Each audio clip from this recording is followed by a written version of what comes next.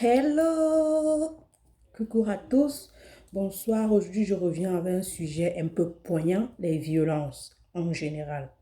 Je voudrais d'abord préciser une chose. Moi, je parle de santé. C'est prévention, faut dire. Faut pas dire qu'il parle de santé, pas de prévention. Donc, dans cette vidéo, je ne suis pas coach. Je suis pas en train de, je sais pas, vouloir. Je suis pas coach. Bref, vous comprenez ce que j'entends par coach. Mais j'ai envie de relever les points dans cette vidéo et je m'adresse particulièrement à la communauté africaine. Faisons mieux africaine en général, particulièrement camerounaise, parce que je connais le système au Cameroun.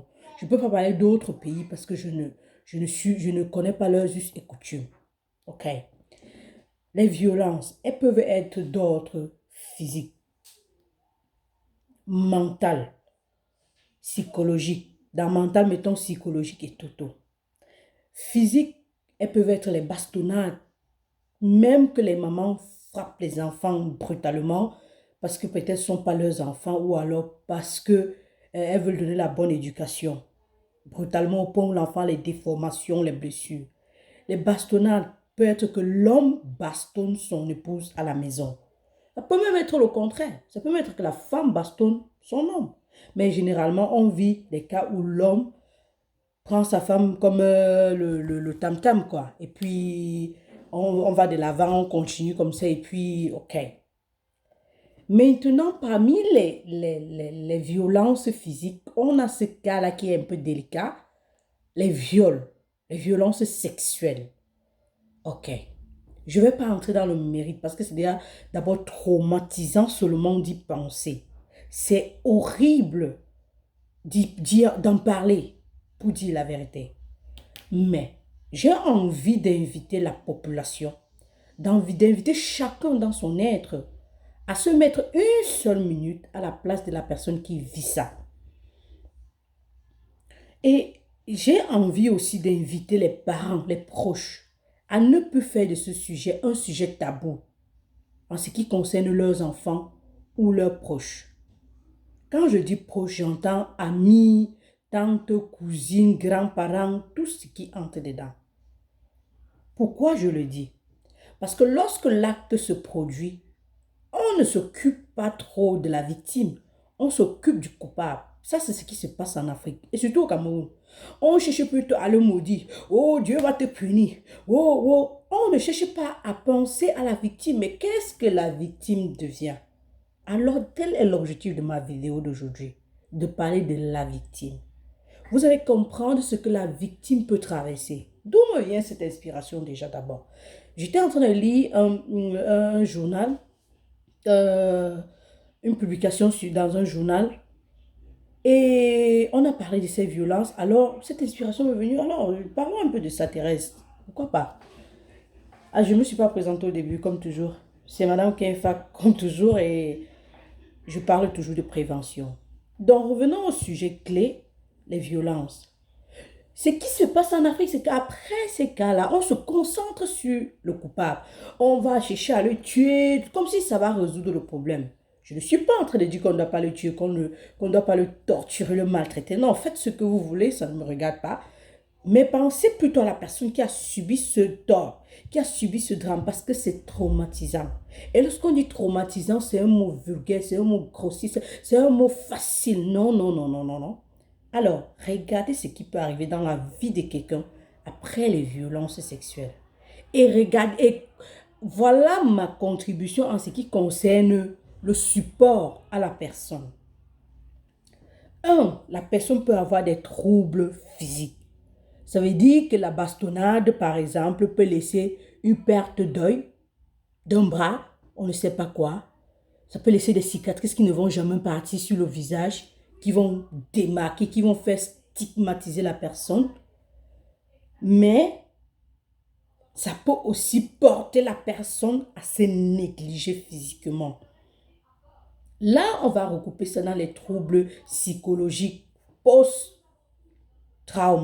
C'est-à-dire que post-traumatisme, la personne peut tomber dans une dépression, l'anxiété, la La dépression peut être tellement... déjà, la dépression, c'est le fait d'avoir l'humour bas. Mais ça peut tellement être avancé qu'on ne se rend pas compte. Pourquoi? Parce que les réactions suite à ce genre de drame sont de deux types. Elles peuvent être immédiates sur la personne ou elles peuvent être lointaines. Mais toujours est-il qu'en Afrique, on ne se rend pas compte de ça. Parfois, après, si on voit la personne ne fait rien, la personne ne dit rien, la personne est souriante, on dit que, oh, elle s'est en sortie bien. Non, non, non, non, non, non, non, non. À l'instant, elle ne réagit pas. Mais plus tard, ça va arriver. Plus tard, elle va réagir. Plus tard, son corps va réagir, son corps va répondre. Parce que si un jour, même juste à côté, le voisin fait une violence sur sa femme ou sur son enfant, la personne va revivre le traumatisme. C'est pourquoi en Europe, on guide ses enfants dans des centres et tout. Mais en Afrique, comme on ne peut pas le faire et comme on ne sait pas, c'est toujours mieux que le parent, le proche, accompagne cette personne. Donc, j'ai parlé de dépression, j'ai parlé d'anxiété, je veux parler de stress. Et si vous allez sur la page, vous allez voir la vidéo du stress dont j'ai fait. J'ai fait la vidéo, j'ai expliqué en quoi est-ce que le stress pouvait agir sur notre santé, pouvait détruire la santé de l'être humain. Donc, comprenez un peu que dans cet état-là, la personne tombe dans un état de stress. Qu'est-ce qui va arriver? La personne peut perdre son boulot, la personne va se négliger, la personne peut commencer à manger en désordre, la boulimie, et devenir vraiment patapouf. On va plutôt juger l'aspect physique. On ne va pas comprendre ce qui se passe à l'intérieur. La personne peut même ne pas manger et mourir d'anorexie. La personne va avoir la baisse de l'auto-estime. Ça veut dire qu'elle ne va plus se considérer, ne va plus faire confiance en elle-même, va avoir honte. D'aucuns vont même être stigmatisés par la société parce que parfois, au lieu de soutenir la personne, on cherche la faute de la personne dans l'histoire. Oh, si elle ne mettait même pas les mini-jupes, on allait faire comment pour la violer? Non, non. Nous devons dépasser ça. Nous devons dépasser toutes ces choses-là. Accompagnons les personnes. Même si on ne les accompagne pas en parlant, comprenons-les. Donnons-leur l'espace de faire leur deuil. Laissons-les exprimer la haine, la rage qui est en eux. La rage peut être d'une façon, je me blesse, ça peut être que, non mais empêchons les blessures, parce qu'on voit ça chez les blancs, ça peut être qu'il faut que je tape la personne, il faut que je vocifère des choses, il faut que je ne sais pas, un tas de choses, laisser la personne, donner l'espace à la personne d'exprimer de faire son deuil, d'exprimer ce qu'il ressent à l'intérieur. Cet état peut même conduire la personne à une indigestion. La personne mange et ne digère pas. Et vous savez ce que peut causer une indigestion sur un être humain? Tout ce que j'ai déjà d'abord cité jusqu'ici peut empêcher le corps de fonctionner normalement à 100% sur tous les appareils cardiovasculaires, rénal, intestinal, le cerveau. Quand le cerveau ne fonctionne pas bien, rien ne peut aller. Rien ne peut aller. Donc, comprenez jusqu'à quel niveau les violences peuvent endommager ou toucher la victime. Ce ne sont pas des choses avec lesquelles on blague. Donc, lorsque ça arrive, que de se concentrer sur le coupable, même si la personne ne parle pas, les personnes peuvent être calmes, pas bavardes comme moi par exemple. Vous devez chercher à comprendre la personne. Parce que si vous entrez dans la personne, vous cherchez à comprendre la personne, vous allez plus l'aider. Mais surtout, c'est bien de laisser l'espace à la personne. Mais faites ça parce que vous êtes en train de prévenir les maladies. Parce que la plupart des maladies peuvent provenir de là. Ce n'est pas en faisant tous les examens, le check-up pour voir si la personne a les infections ou pas, si la personne a guéri les blessures ou pas qui suffit. Non. Et surtout, considérez les personnes qui gèrent leur stress de façon lointaine.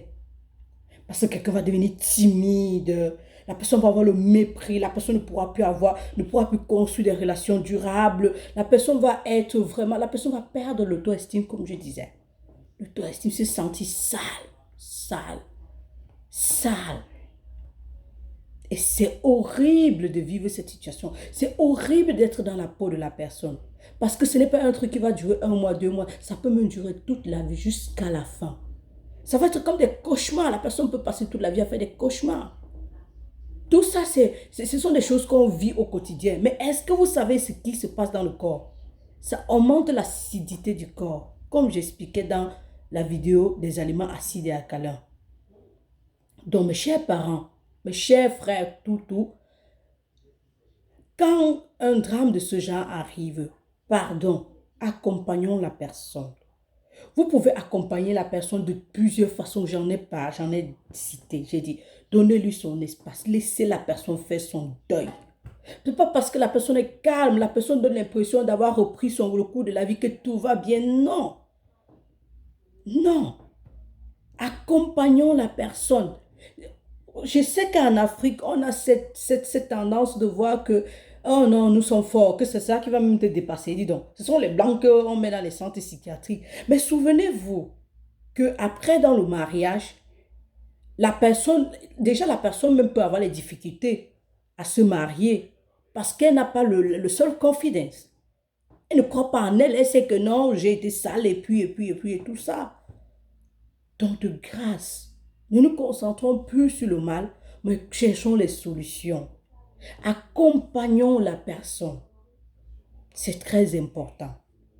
Après les violences, accompagnons la personne. Je vous invite vraiment à le faire. Parce que la vie de quelqu'un peut être détruite. Vous allez comprendre demain ou après-demain, un enfant va souffrir de cancer, d'insuffisance rénale, d'insuffisance cardiaque, d'insuffisance X, d'insuffisance Y à cause de ça. Ça peut même porter à des infertilités. Parce que le stress est à un niveau élevé qu'on ne peut même pas mesurer. Donc, tenez toujours compte des violences. Parmi les violences, tout à l'heure, je n'ai pas cité les violences verbales, mais c'est plutôt très important. Pourquoi? Parce que même dans le couple, parfois, le partenaire se permet de dire certaines choses à sa personne, pensant avoir une mauvaise bouche. Mais en même temps, en le disant, tu détruis la personne.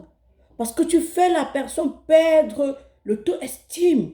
Perdre l'auto-estime. Qui est-ce qui peut donner une bonne éducation à ses enfants si en soi-même elle n'a pas confiance en elle ou alors il n'a pas confiance en lui?